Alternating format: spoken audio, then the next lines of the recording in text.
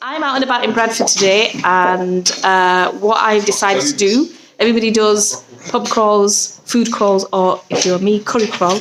But today I'm doing a bonfire crawl because I've been invited to so many different bonfires. And obviously, last year, Bradford made headlines for all the wrong reasons in terms of how our young people celebrate bonfire night. This year, however, I've been involved in so many different WhatsApp groups, so many different community groups who are, for a change, making a massive concerted effort to come together as a community to make sure that we have a fabulously safe bonfire night. So what I've decided to do is to join all those different communities tonight, and see exactly what they have all been getting up to for myself firsthand.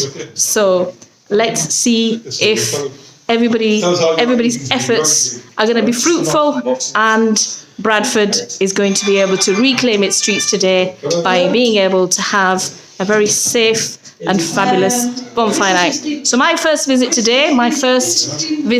is in City Ward in BD7, and we're here at the Kidmet Centre. They've already had their first resident here talking about why he can't have a bonfire night, and I think the team here have handled it well. So now I'm going to go over to the team and introduce you to all of them. We've got approximately 20 people out there, community volunteers, also police volunteers and police crews out there at the moment.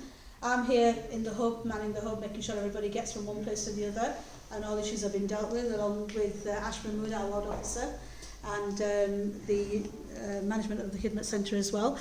So we've been very, very lucky over the past couple of days. We've had so far had at least 30 people come out to help us.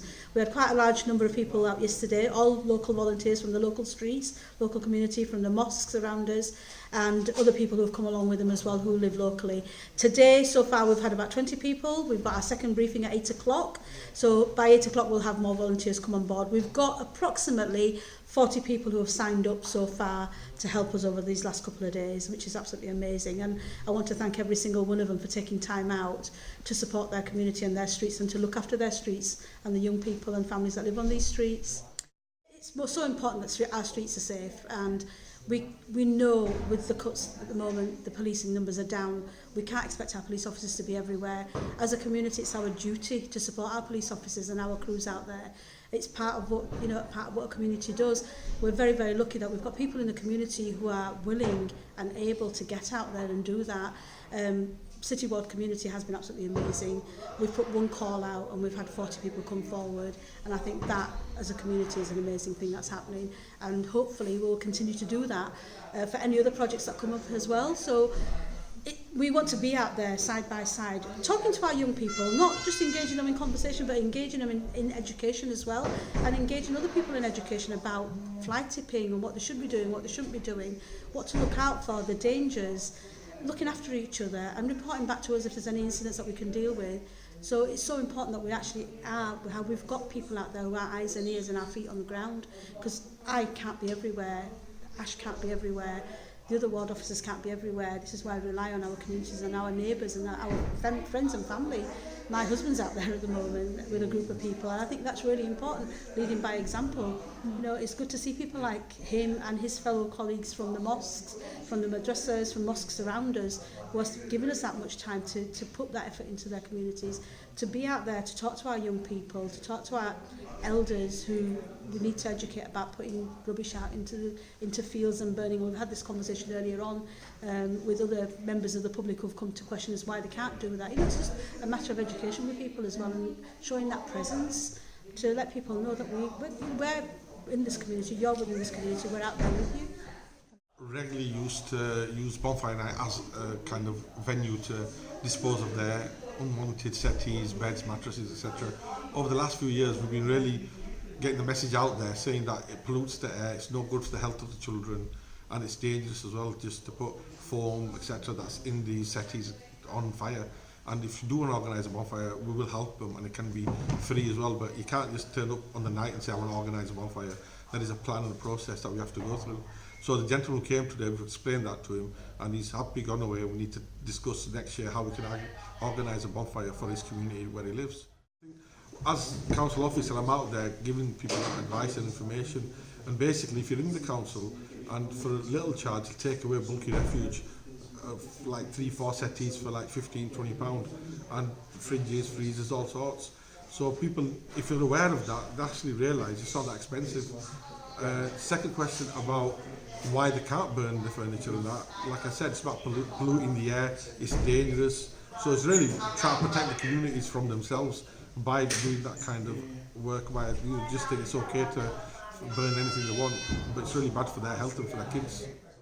I think there's nothing out of the ordinary that we're doing. Look, we've got local councillors, local residents, and as an organisation and members who have actually got a valuable asset in the community. So we own a community building, we're responsible, and so it's accessible. So it's a resource that's accessible to everybody.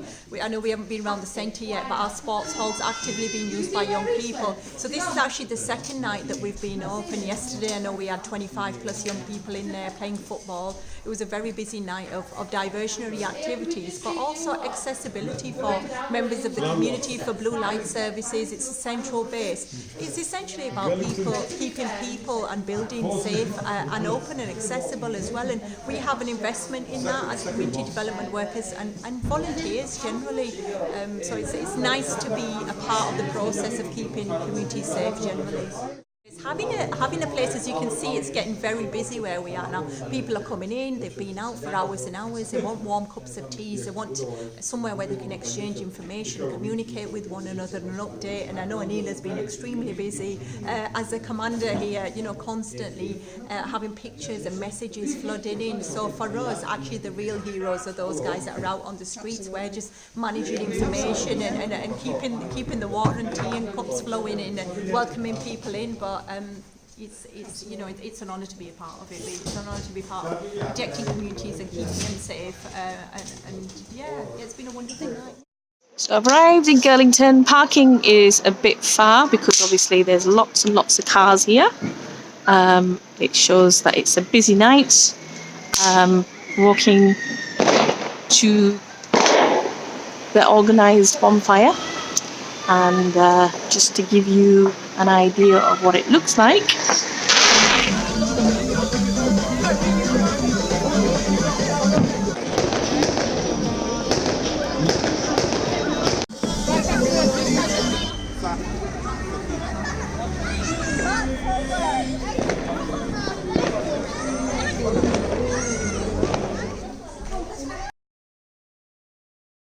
The Bradford West area office, what we've done is that we've sat down around a table, got all our partners involved, the fire services, the ambulance, the police services, to come up with a plan that will help Bonfire Night to run smoothly, really. Because what we don't want to do, I think we were having this conversation earlier, that we don't want to spoil people's fun, but we want them to be safe, but we also want our blue light services to be safe as well. And as councillors we've got on board as well, so what we've been doing is going around our own wards and looking at hotspots where there usually is a little bit of mischief going on and trying to put a stop to it before it even starts, kind of thing. And I think a lot of the Bradford West councillors are out today alongside our Bradford West area team as well. So it's been good, and like I said, we don't want people to stop having fun, but we want them to be responsible. And I think being out ourselves, we can speak to parents as well and say to parents that, look, keep an eye on your children, know where they are, especially those that aren't adults. Where are they going to be? And here in Wellington Centre, it's fantastic because they put on an event that the community can get involved in. So it's somewhere to go on Bonfire Night as well, isn't it? So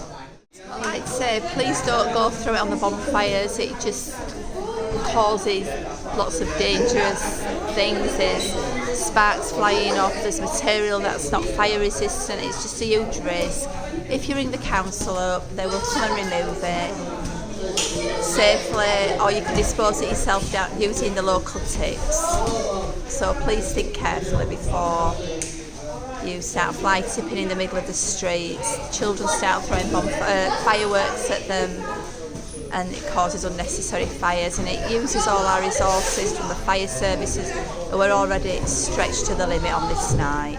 But me and Nusrat, we've been driving around wards doing a bonfire crawl. We've gone down Haworth Road, Lingfield, Ollerton, Lower Grange, Toller, Oaks Lane, Manningham, and we're now down at Girlington, finishing off with a fantastic event.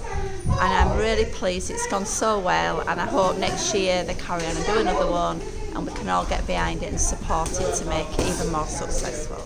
There is a reported group of lads sat in a fire just around the back of Sanford Road, Curzon Road. Okay. We've sent one team up already, right, and these brothers are going to head up there so they can go with you. Right, okay. Amma, yeah, please can you... Hello. Where are we going then? Sanford Road around the back of our shop. £20 an hour for protection.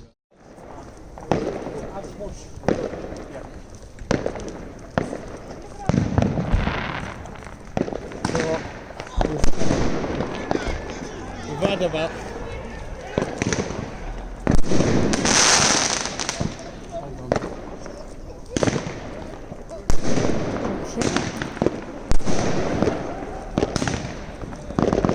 as long as they're going up, Yeah.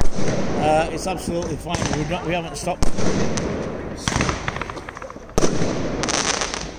Some of these fireworks are like imports, and that's one of the things. So you got to be careful. Yeah. And obviously, young lads. They're all young lads out tonight. We had about 3 of them over there. He was shooting them from his hand. Yeah, they all are. Scared. They all are. That's it. From Bradford Street rang it. He said he's there.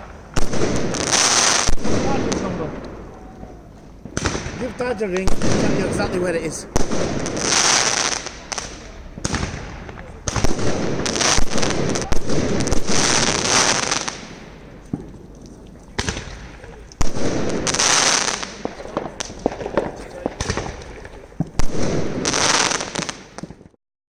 It's been good. It's been we've had rougher years, but for the most part it's been alright.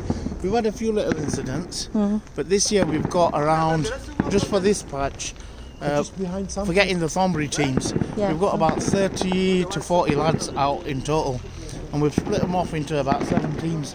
So the cabin here is where all the control is. This is where all the calls are coming in. And then you've got teams that are moving about. We've got one at the top end over here, which every year is a hot spot. That's where the police got attacked last year. So we've got 7 or 8 lads that are there. And then we've got mobile teams that are moving around when the calls are coming in. So about an hour ago, they let a load of furniture on the back of these houses over here in the alleyway. It was large enough for it to catch the fire to the fence on the Ambley side, as well as one of the houses, the trees on the Gladstone Street side. So rather than calling the fire service, which were going to be a while, there's 10-15 volunteers that went back, knocked on the doors, literally with buckets. I've put it all out, soaked all the tree down, soaked all of the furniture down, make sure it's not going to come back up again. And it's within, because we're here and we're close enough, by the time the call goes into the fire service, we've already dealt with it. And it's absolutely been brilliant because Champion Motors outside there, Leeds Road, which is again a really big hotspot.